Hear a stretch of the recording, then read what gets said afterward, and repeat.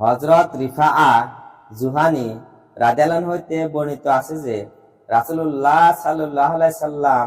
ইরশাদ করিয়াছেন, আমি আল্লাহ তাআলার নিকট এই কথার সাক্ষ্য দিতেছি যে আমি আল্লাহ তাআলার নিকট এই কথার সাক্ষ্য দিতেছি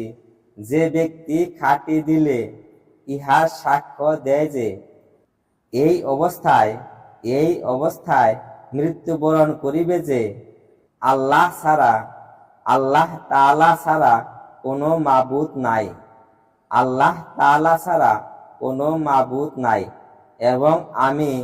অর্থাৎ হযরত মুহাম্মদ সাল্লাল্লাহু আলাইহি সাল্লাম আল্লাহ তাআলার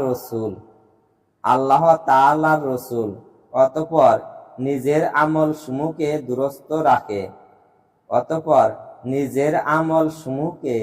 দুরস্ত রাখে সে ব্যক্তি অবশ্যই জান্নাতে প্রবেশ করিবে।